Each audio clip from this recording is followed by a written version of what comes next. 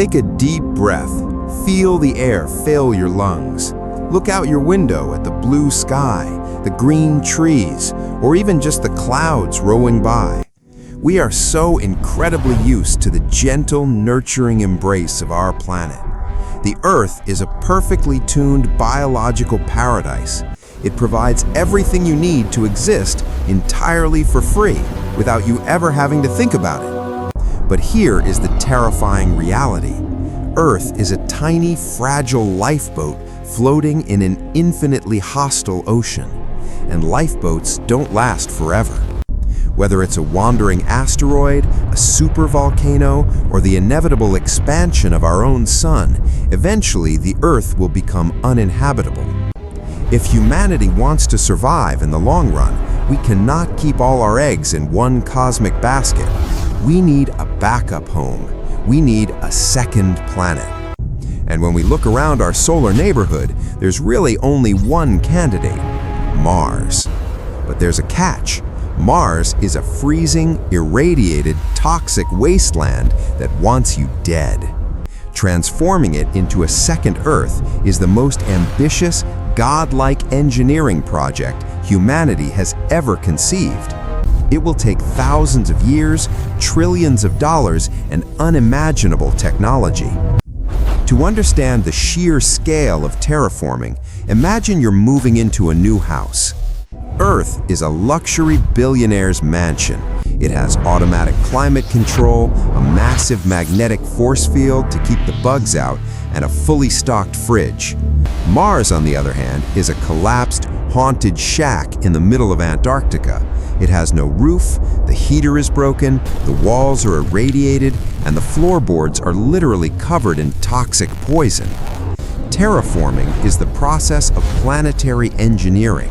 It means taking that dead shack and manually rebuilding it into a mansion.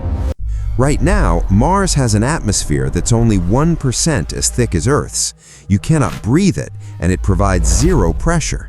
If you stepped outside on Mars without a spacesuit, your blood would literally boil while you simultaneously froze to death.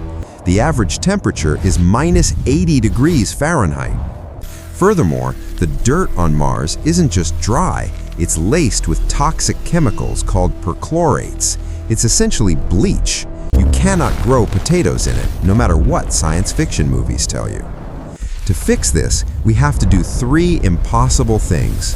We have to warm the planet up, we have to build a thick, breathable atmosphere, and we have to completely clean the surface.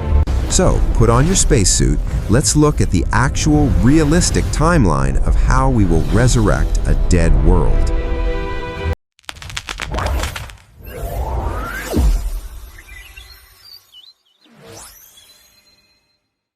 Phase 1. The Outpost. Years 0 to 50. The first human steps on Mars will not be glorious. They will be terrifying. The first colonists will live out their days trapped inside cramped, buried tin cans to survive the intense solar radiation. There is no terraforming happening yet. We are just trying not to die. Phase 2. The Great Warming. Years 100 to 300. Once we have a self-sustaining industrial base on Mars, the real work begins. Mars is cold, but it has a secret weapon: huge amounts of frozen carbon dioxide and water ice locked at its poles. We just need to melt them. How do we melt a planet? We build giant space mirrors.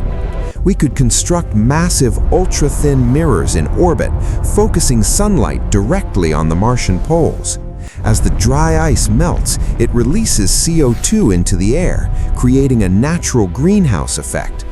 To speed things up, we'll build massive automated factories on the surface with one sole purpose: pollution. These factories will pump out super greenhouse gases like fluorinated compounds, which are thousands of times more effective at trapping heat than CO2. We're essentially using the same climate change that threatens Earth, but weaponizing it to save Mars. Phase 3. The Ocean. Years 500 to 1000. As the planet warms, the water ice melts, For the first time in billions of years, rivers will flow across the Martian surface. Craters will fill up, creating massive, shallow northern oceans. The sky will transition from a dusty, rusty pink to a pale, hazy blue. But here's the existential dread. You still can't take your helmet off.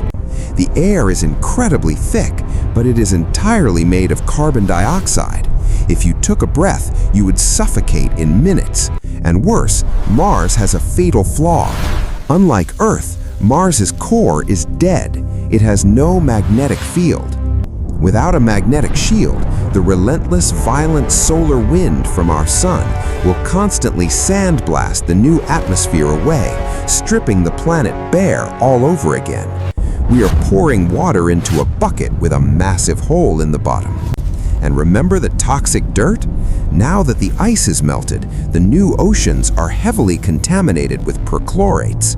It is a poisoned sea.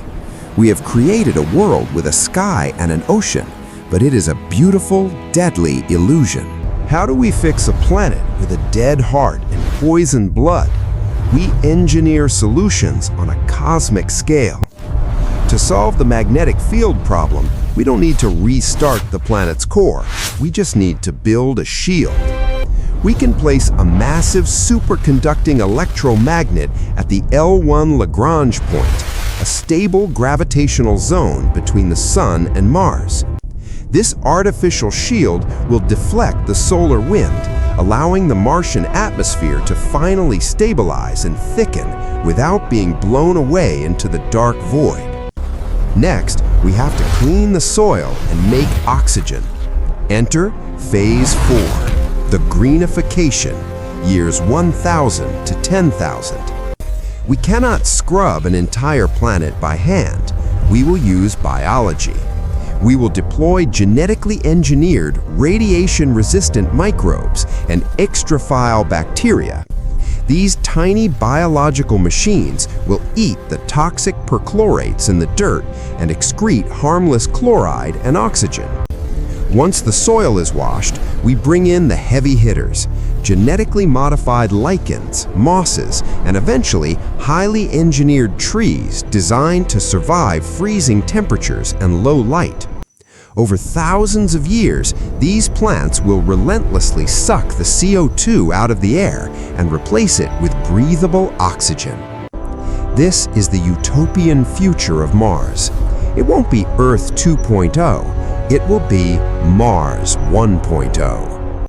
Because Mars has only 1/3 of Earth's gravity, the trees will grow hundreds of feet taller than redwoods, with massive, sprawling, ethereal leaves.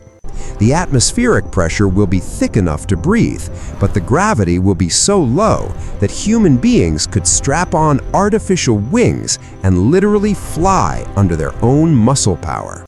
We will have built an alien paradise out of an empty rock. It is easy to look at the cold, dead universe and feel a deep sense of existential dread.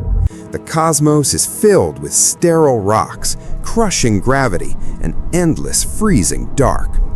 For billions of years, the universe has been a beautiful but completely dead machine. But this is where optimistic nihilism gives us our ultimate purpose.